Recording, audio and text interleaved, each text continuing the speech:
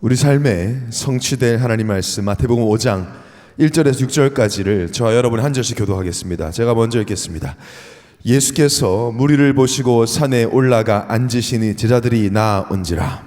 입을 열어 가르쳐 이르시되 심령이 가난한 자는 복이 있나니 천국이 그들의 것이며 애통하는 자는 복이 있나니 그들의 위로를 받을 것이며. 두 절을 같이했습니다. 온유한 자는 복이 있나니 그들이 땅을 기업으로 받을 것이며 의에 줄이고 목마른 자는 복이 있나니 그들이 배부를 것이며.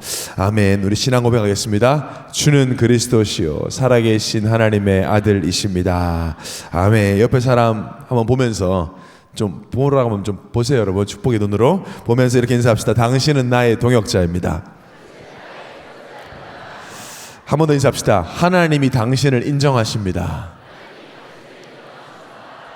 네, 우리 저 뒤에 우리 미영이랑 한경이도 서로 이제 인사하는데, 모든 청년들 우리 끝까지 함께 아름답게 가려면 우리의 힘으로 안 돼요. 데마가 배신하고 싶었겠습니까? 바울 곁에 지키고 싶지 않았겠어요? 나 바울 좀 따라다니다가 상황 봐서 도망가야 되겠다, 그런 생각 안 했을 거예요. 그런데 은혜가 떨어지면, 생각과 마음이 사로잡히면 내가 어떻게 할 수가 없어요. 대부분의 속는 사람들은 내가 속는 줄 모르고 속습니다. 그래서 여러분 지금 이 시간 내가 다짐하지 말고 하나님께 은혜를 구하시기 바랍니다. 믿음으로 지금 마음으로 고백하세요. 하나님, 어떤 상황에도 변하지 않고 주님 앞에 서는 그날까지 옆에 있는 동역자들과 함께 세계 선교의 영광을 누리게 하옵소서. 이 기도 지금 이 시간 하나님이 들으심을 믿으시길 바랍니다. 읽어드린 말씀 가지고 하나님께 인정받는 행복이라는 제목으로 말씀 증거하겠습니다. 저는 이렇게 걸어서 교회를 왔다 갔다 하는데요, 여기 부인병원하고 정상어학원 그 건물 사이로 해서 이렇게 왜 폴 바셋 카페 끼고 이렇게 걸어오잖아요. 이렇게 해서 교회 쪽으로 오면, 한 번씩 낮에 오면 여기 끝에 공간에 우리 교회 건물 끝쪽에 이제 작은 조성되는 공간이 하나 있습니다. 교회 건물 끝쪽에, 여러분 아마 보셨을 거예요. 거기서 우리 청년들 보니까 택시도 타고 막 그러던데, 거기 보면 낮에는 이제 병원 관계자들이나 병원 방문객들이 거기서 담배 많이 피고 뭐 전화 통화도 많이 하시고 이렇게 막 이렇게 침도 뱉으시고 막 그렇게 있어요. 뭐 담배 피울 수 있는데 거기에서 이 담배꽁초 이렇게 막 버리고 침 뱉고 막 아이스크림 먹고 막 버리고 가고 이런 걸 제가 이렇게 지나가면서 이렇게 교회 오는 길에 이렇게 보면 좀 저는 약간 화가 날 때가 있어요. 마치 약간 우리 집 거실에 침 뱉는 약간 그런 느낌.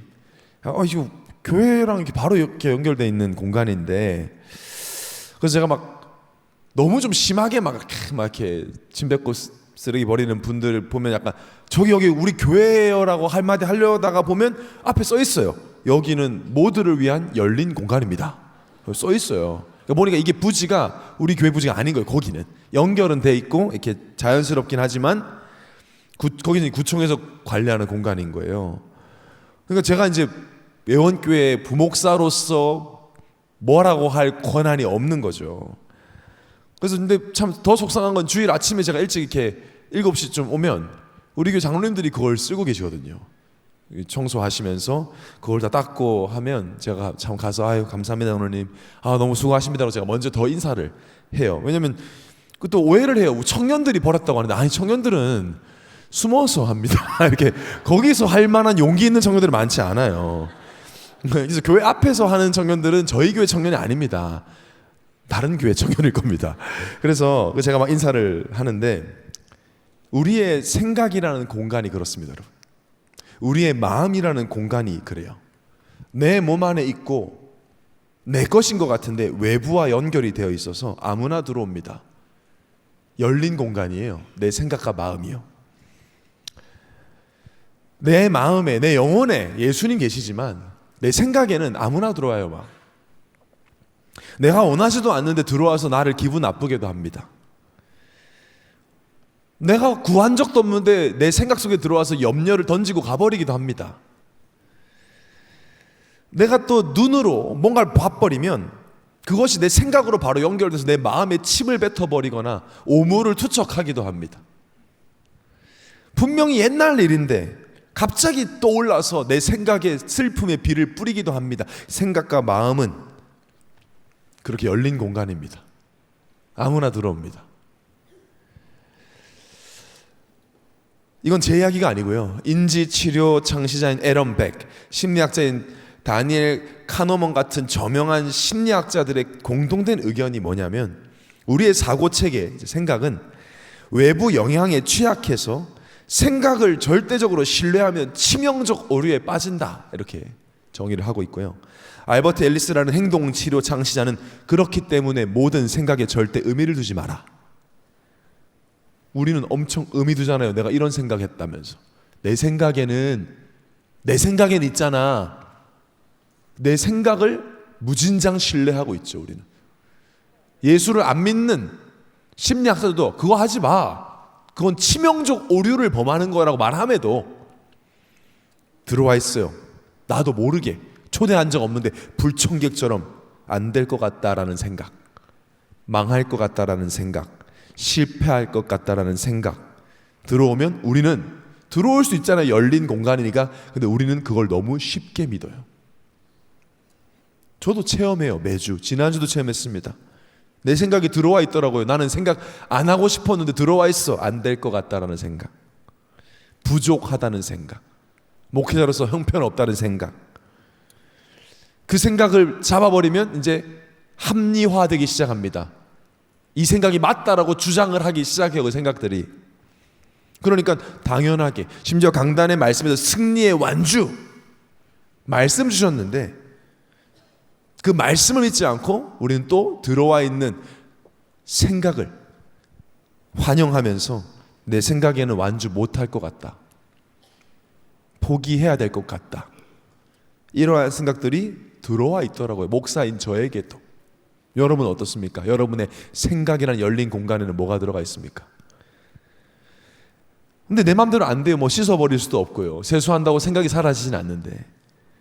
근데 감사하게 우리에게는, 하나님 자녀인 우리에게는 하나님 아버지 앞에 설 수 있는 고람되어의 축복이 있습니다. 기도라는 무기가 있지요. 매일 아침에 기도하는 그 시간, 예수 그리스도 이름으로 은혜를 간구하는 그 시간에, 저는 이번 주에 제가 응답받은 걸 여러분께 자랑하는 겁니다. 빌립보서 4장 6절 7절을 저는 진짜 이번에 확인했어요. 하나님 말씀이잖아요. 아무것도 염려하지 마. 하나님 아세요? 나 알아. 네 상황, 네 생각 속에 들어가 있는 거 알아. 그거 염려하지 말고 모든 일에 기도와 간구로 감사함으로 하나님께 아뢰면 모든 지각에 뛰어난 하나님의 평강이, 모든 지각에 뛰어난 모든 생각을 이겨내고 다스리시는 하나님의 평강이 그리스도 예수 안에서 너희 마음과 생각을 지키시리라. 저는 이걸 또 열린 공간에 들어와 있는 그 생각들을 청소하시고 지키시고 보호하시는 하나님의 그 응답을 저는 이번 한 주간 받았어요. 요한 칼빈은 기독교 강요에서 인간의 마음은 우상 공장이라고 표현하면서, 마음과 생각의 공간은 외부 우상이나 사탄의 속임에 쉽게 물들여지기에 모든 생각은 하나님 말씀 앞에 검증을 받아야 한다 그랬어요. 여러분 생각 덜컥덜컥 믿지 마시고 하나님 말씀 앞에 검증하시기 바랍니다. 말씀과 일치하지 않으면 그건 하나님 원하시는 생각이 아니고 나를 살릴 수 있는 생각이 아닙니다. 그래서 생각을 믿지 말고 말씀을 믿고 아멘하는 것이 가장 지혜롭고 가장 현명한 사람이에요. 지금 이 시간이요. 그래서 마틴 루이드 존스는 생각 믿지 말고 자신에게 복음을 선포하라고 했어요. 내 자신에게. 복잡한 생각 속에 아니야, 내 자신에게 예수는 그리스도라고 선포하라는 거예요. 저는 아침에 기도하는 저희 그 시간에 말씀을 믿고 선포했어요. 그때 이 강단 말씀 붙잡고 안 믿어지던 생각들 속에서 기도하는데 하나님이 깨닫게 하시죠. 말씀 묵상하면서 기도하니까 너의 노력과 너의 열심으로 승리의 완주를 하는 것이 아니라 이미 승리하신 예수 그리스도가 나를 완주케 하실 것이다. 그렇구나. 그렇지. 나는 못한다. 그러나 예수 그리스도께서 이미 승리하셨기에 내가 그리스도를 믿고 그리스도를 붙잡고 하다면 그리스도가 나를 완주케 하실 것이다. 착한 일을 시작하시는 분은 하나님이십니다, 여러분. 누가 구원해달라고 했습니까? 내 마음에 찾아오신 분은 하나님이세요. 나를 수렁에서 건지신 분이 하나님이세요. 내가 우상 숭배하고 있을 때, 마귀 종노릇 하고 있을 때 사랑에서 은혜로 말씀으로 나의 마음을 문을 여신 분은 하나님이세요. 착한 일을 시작하시니까 그리스도 예수의 날까지 이루실 것을 우리는 확신하노라. 그래서 저는 오늘도 여전히 그리스도만을 소망하고 의지하고 바라봅니다. 저는 이번 주에 받은 응답입니다. 그래서 결국 믿음으로 하루하루를 살아가는 것이 가장 성경적인 신앙생활이에요. 자, 그런 마음으로 오늘 말씀 받으시기를 바랍니다. 내 생각과 마음에 나도 모르게 들어와 있는 불신앙의 생각을 붙잡지 말고 하나님 말씀만을 붙잡겠다는 믿음으로 지금 말씀을 받는 것이죠. 자, 이번 9월 키워드가 8. 예수님이 말씀하신 8가지의 복을 나의 것으로 삼는 축복을 누릴 것입니다. 이것은 하나님 나라의 청년들에게 이미 약속하신 것이고, 우리는 예수님이 말씀하신 이 복을 누릴 자격이 있고 특권이 있습니다. 누려야죠. 그러면 우리 건데. 못 누리면 억울해야죠. 우리 건데요. 예수님이 주신 것인데요. 여러분, 마태복음의 주제는 하나님의 나라와 그 나라의 왕은 예수 그리스도라는 겁니다. 그게 마태복음의 주제예요. 그 말은즉슨 우리에게 복이 있다고 말씀하신 분은 지나가는 아저씨가 아니라 만왕의 왕이신 예수 그리스도세요. 지나간 사람이 복 받으세요, 복 받아요 해도 기분 좋아요. 미국 막 bless you 재채기만 해도 bless you 해요. 그것도 이상한 거. 재채기하면 복 나간다고 생각하는 거니까. 그것도 기분 나쁘지는 않죠. 축복을 해주는데. 근데 우리에게 복이다라고 말씀하신 그분이 만왕의 왕이신 예수 그리스도십니다. 너는 복이 있다. 여기서 예수님 말씀하시는 복이 헬라어로 마카리오스인데요. 이 세상에서 말하는 행복과는 전혀 다른 행복이에요. 여러분, 세상에 영어로 행복이 뭐죠? 우리 얼레이션국 행복이 뭐예요? 영어로 해피. 너 이제 한국 사람 얘기하는데 지금 해피인데, 해피와 무슨 일이 일어나다의 해프닝 할 때 해픈이 같은 어원입니다. 그래서 해피는 어떤 일이 일어나느냐, 내 인생에 어떤 일이 일어나느냐에 따라 주어지는 조건적 행복이 해피예요. 그래서 좋은 일이 있어 해피해요. 나쁜 일 생기면 불행하고요. 그게 세상에서 말하는 행복이에요. 예수님이 말씀하신 행복은 그게 아닙니다. 이 마카리오스라는 단어는 세상에 빼앗기지 않는 완전하고 영원한 행복이라는 뜻이에요. 감정적이거나 조건적이거나 세속적인 것이 아니라, 한마디로 정의하면 마카리오스는, 예수님이 말씀하신 이 복은 하나님께 인정받는 행복을 말해요. 하나님께 인정받는 행복. 여러분, 왜 세상에서 월드컵 같은 혹은 막 큰 대회를 우승하면 왜 기뻐하죠? 왜 영광이라고 하죠? 모든 사람이 인정해 주니까 그걸 기뻐하는 거예요. 아무도 인정 안 해주면 별로 기뻐할 일이 없어요. 전 세계 사람들이 인정해 주니까, 1등이라고 인정해 주니까 월드컵을 우승하면 기뻐하는 것이고요. 인정해 주니까 사람은 다 인정받고 싶어 합니다. 우리 인정받도록 창조됐어요. 누구에게? 하나님께. 근데 하나님 떠나니까 자꾸 사람에게 인정받고 싶어 하죠. 거기서 문제가 막 생기는데도. 근데 기분 나쁘진 않잖아요. 내가 일하고 있는 전문 분야에 누가 나를 인정해 준다. 기분 좋죠. 우리 이소영 기도치유국장 마이크로소프트 다닙니다. 만약 빌 게이츠가 이소영 너무 잘한다 인정하면 소영이 얼마나 기분 좋겠어요. 근데 이 마카리오스란 단어, 예수님 말은 하나님께 인정받는 행복, 하나님과 관계 속에서 하나님이 너는 인정해, 나는 너를 인정해, 너 최고야, 너는 복이야. 창조주가 인정하는 행복을 말해요. 여러분, 이 행복 맛 한 번도 안 보고 천국 가기엔 너무 억울합니다. 이번 한 달 동안 이 복을 나의 것으로, 이 마카리오스라는 이 복을 나의 것으로 확인하고 하나님께 인정받는 최고 행복을 누리는 예언의 모든 청년 되시기를 예수님 축원합니다. 첫 번째로, 심령이 가난하고 애통한 복입니다. 오늘 1절부터 다시 보겠습니다. 3절까지. 예수께서 무리를 보시고 산에 올라가 앉으시니 제자들이 나아온지라. 입을 열어 가르쳐 이르시되 심령이 가난한 자는 복이 있나니 천국이 그들의 것이며. 무리들을 보고 무리를 피해서 산으로 가셨어요. 이건 제자들에게 주는 말씀입니다.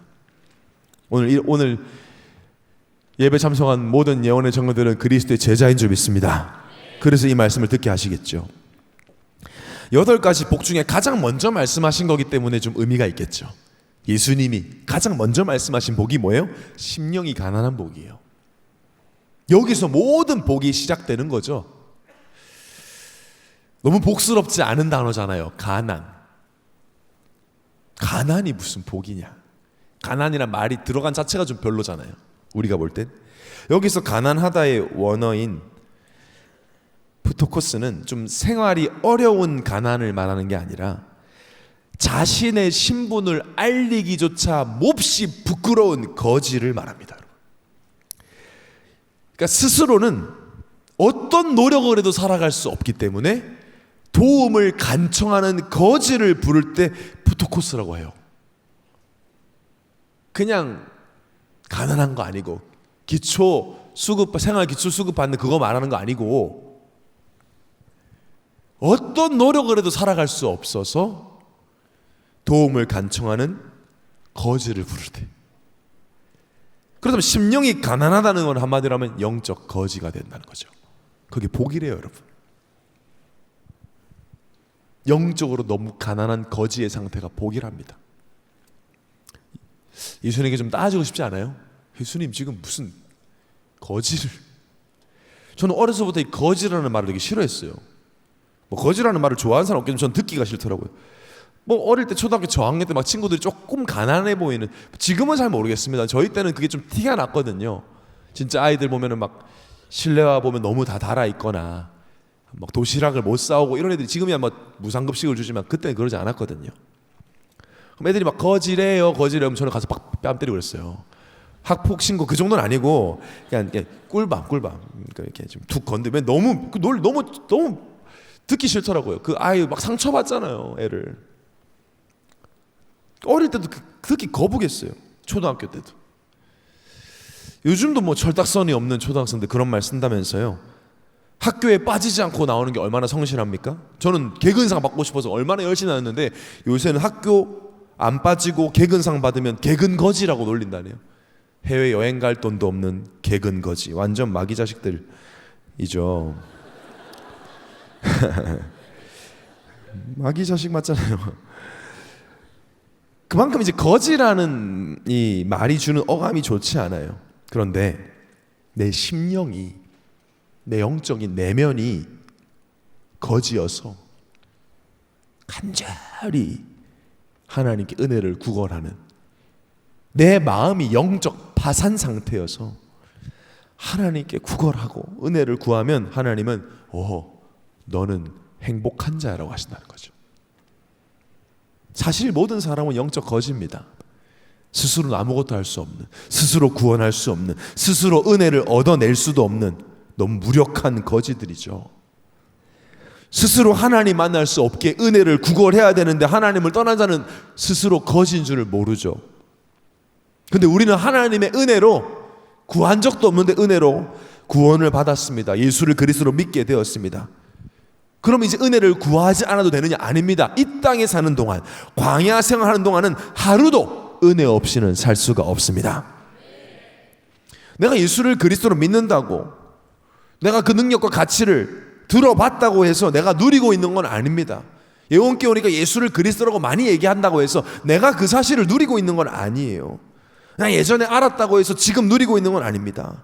그래서 매일매일 날마다 영적 거지가 되어 하나님께 은혜를 구걸하는 것이 복입니다. 성경 전체에 하나님께 쓰임받고 인정받은 자들은 전부 다 심령이 거지였어요. 자아가 강한 사람은 문제 환난을 통해 심령을 가난하게 해서라도 하나님은 그 복을 주셨어요. 그렇게 인정하시고 사용하셨어요. 여러분, 심령이 가난한 자에게 주시는 복이 뭐라 그래요? 천국이 너희 것이다 그랬어요. 엄청나죠? 천국을 가질 것이다. 지옥 같은 세상, 광야에서 천국을 누리는 길이 바로 심령이 가난해지는 겁니다. 성경에 가장 자아가 강한 사람 중에 한 명, 가장 계산적인 사람 중에 한 명이었던 야곱은, 하나님은 이미 야곱을 이스라엘 삼으시려고 엄청난 영적인 축복을 준비해놨는데 야곱이 심령이 부유해. 영적 부자야. 심령이 여유가 넘쳐. 내 힘으로 할 수 있다고 믿고 있었어요. 하나님 은혜와 말씀보다는 자기 생각과 경험을, 나 다 알고 있다, 나름대로 위기도 훌륭하게 극복을 했어요. 그런데 하나님은 야곱을 이스라엘 삼고 하나님 나라에 복을 주려고 작정을 하셨기 때문에 하나님이 야곱을 복 주기 위해서 창세기 3장 32장에 보면 천사와 씨름하면서 환도뼈를 부러뜨립니다. 여러분, 환도뼈는 이 허벅지 관절 뼈입니다. 해부학적으로 허벅지 넓적다리 뼈가 가장 크고 단단하다고 합니다.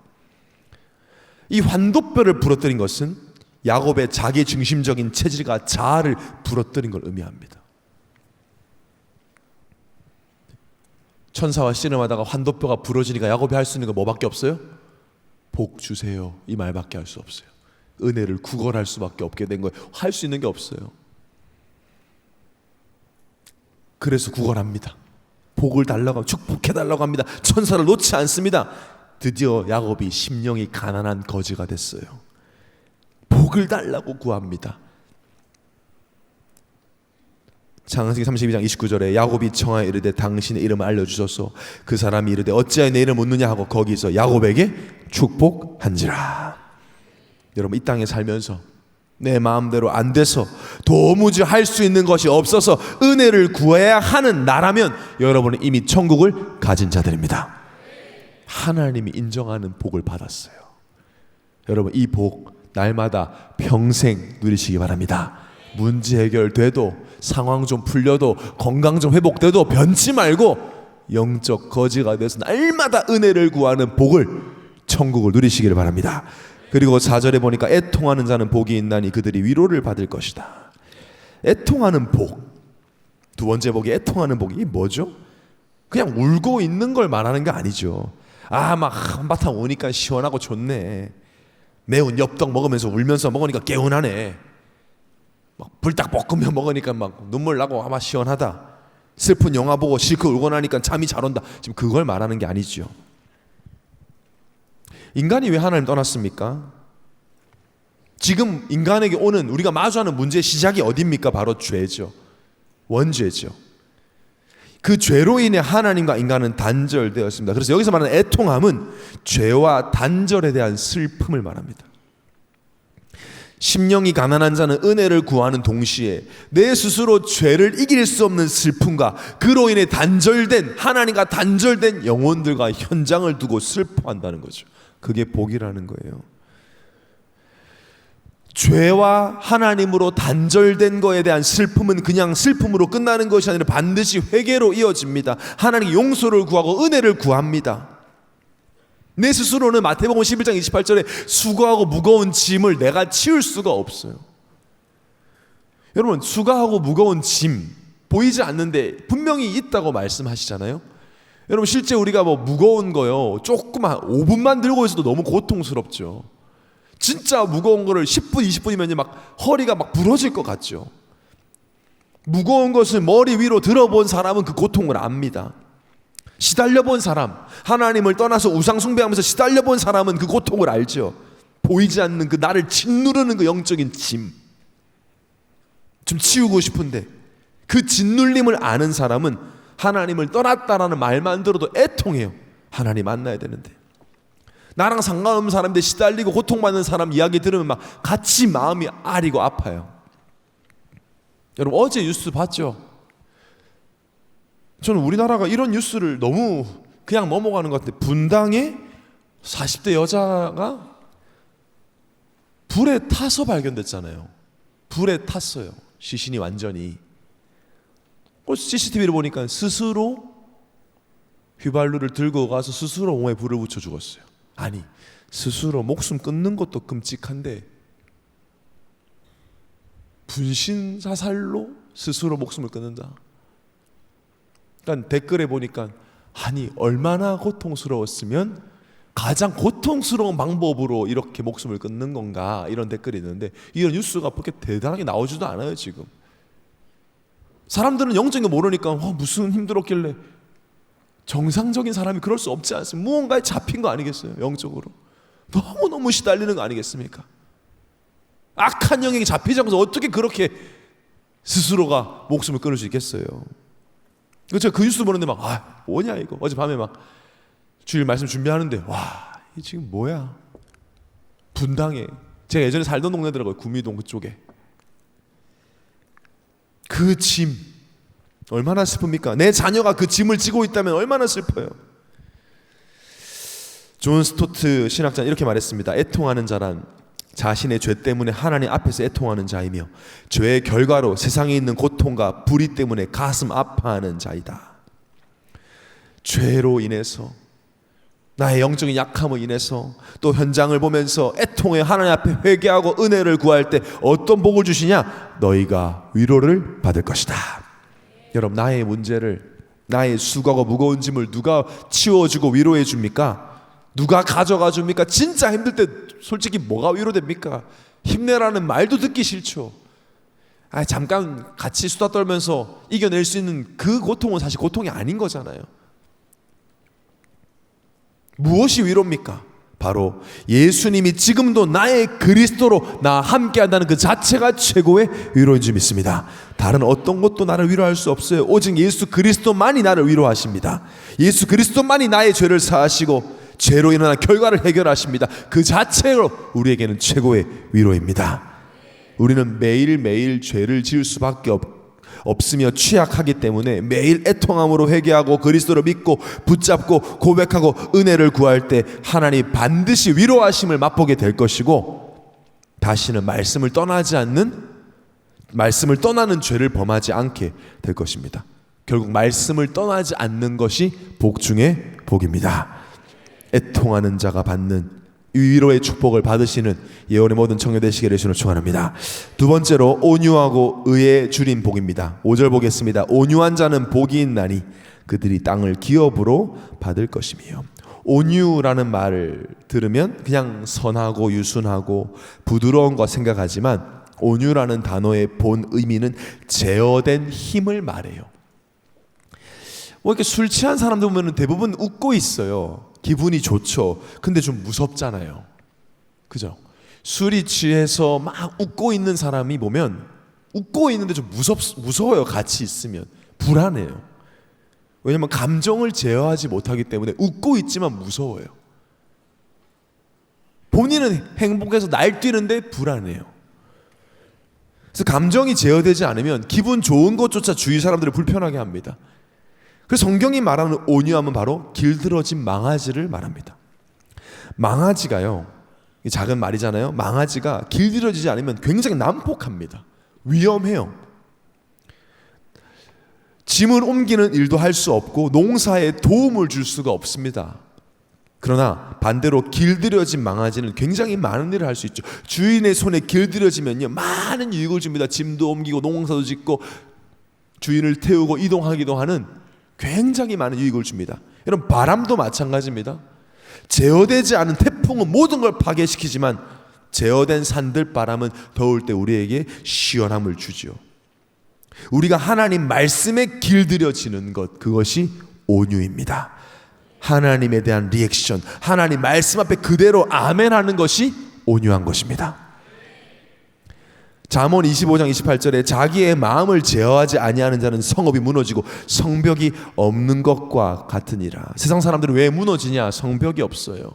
제어가 안 돼요. 지식과 경험이 많음에도 무너집니다. 왜? 사단의 공격을, 하나님 떠나서 오는 그 문제를 막을 수가 없어요. 철로 역정을 기록한 존 버녀는 온유함을 이렇게 정의합니다. 저는 이번 한 주간 이걸 묵상하면서 참 많은 힘을 얻었어요. 이렇게 말했어요. 엎드러진 자는 넘어질 것을 걱정할 필요 없다. 그래, 우리는 안 넘어지려고, 넘어질까 봐 불안해서. 근데 이미 엎드려 있는 자, 이미 하나님 앞에 엎드려 기도하고 있는 자, 넘어질 일이 없겠구나. 우리가 1번에 본 것처럼 심령이 가난해서 은혜를 구걸하느라, 애통해 하느라 하나님만 바라보면 넘어질 일이 없는 줄 믿습니다. 넘어지기 전에 엎드리시기 바랍니다. 그러면 넘어질 일이 없어요, 여러분. 그게 온유예요. 존 메가더 목사님은 이렇게, 온유한 자는 이렇게 고백한다고 했어요. 나 스스로는 모든 것이 불가능합니다. 그러나 하나님으로는 모든 것이 가능합니다. 나에 대해서 이런 온유함, 그리고 현장을 향한, 하나님과 단절된 현장을 향한 거룩한 분노가 있는 자가, 제어되지 못하고 길들여지지 않은 망아지처럼 펄쩍펄쩍 뛰어다니는 현장을 보고 거룩한 분노가 있는 자가 온유한 자다. 그래서 현장을 보면 더 아무렇지도 않은 자는 온유한 자가 아니에요. 그 사람 성격이 좋다 그래도. 자, 온유한 자, 말씀에 길들인 자는 어떤 복을 주세요? 땅을 기업으로 받을 것이다. 이게 무슨 말이냐? 원래 통치권을 받는다. 즉 에덴 동산의 원래 회복의 축복을 누리게 될 것이다. 정확하게 성경이 표현합니다. 말씀대로 길들여지고 말씀대로 살아가면 그게 바로 원래 축복이 회복되는 유일한 통로라는 것입니다. 그게 땅을 기업으로 받는다는 뜻이에요. 여러분, 청년의 때 온유한 자 되시기 바랍니다. 사람 말이 아닌 말씀, 하나님 말씀에 길들여진 자가 되기를 바랍니다. 그래서 원래 모습 회복되는 온유한 자의 축복을 누리시기를 바랍니다. 그 네 번째 복이 무엇이냐? 의에 줄이고 목마른 자는 복이 있나니 그들이 배부를 것이며. 의에 줄이고 목마른 복이 뭐냐? 쉽게 표현하면 더욱 복음 알기 원하는 마음이에요. 대표적인 인물이 모세와 다윗인데요. 모세는 여러분 하나님을 유일하게 눈으로 본 사람이에요. 떨기 나무에 임재하신 하나님을, 그 영광을 눈으로 봤어요. 하나님 음성을 직접 들었어요. 그럼 하나님과 대면한 자 모세. 그럼 모세가 출애굽기 33장 17절 18절에 보니까 여호와께서 모세에게 이르시되 네가 말하는 이 일도 내가 하리니 너는 내 목전에 은총을 입었고 내가 이름으로도 너를 알미니라. 모세가 이르되 원하건대 주의 영광을 내게 보이소서. 지금 하나님 모세에게 내 이름으로도 너를 안다, 이 표현은요 너랑 나랑은 특별한 사이지 않냐는 뜻이에요. 하나님 먼저 말씀하신 거예요. 모세 너무 부럽더라고요. 너랑 나랑 특별하잖아. 내가 너 이름으로 너를 알아 라고 하는데 모세가 뭐라고 하냐? 주의 영광을 내게 보이소서. 이미 많이 봤는데 저 또 보여주세요. 더 알고 싶어요. 이전에 봤던 걸 들먹이지 않아요. 또 주의 영광을 내게 보이소서. 의에 줄이고 목마른 복을 모르는 사람은 자꾸 옛날 이야기예요. 내가 예전에 교회 다녔다, 뭐 미션 스쿨 출신이다, 나 집회 많이 다녔다, 나 훈련 많이 받았다. 그걸 모세가 들으면 어쩌라고 이럴 거예요.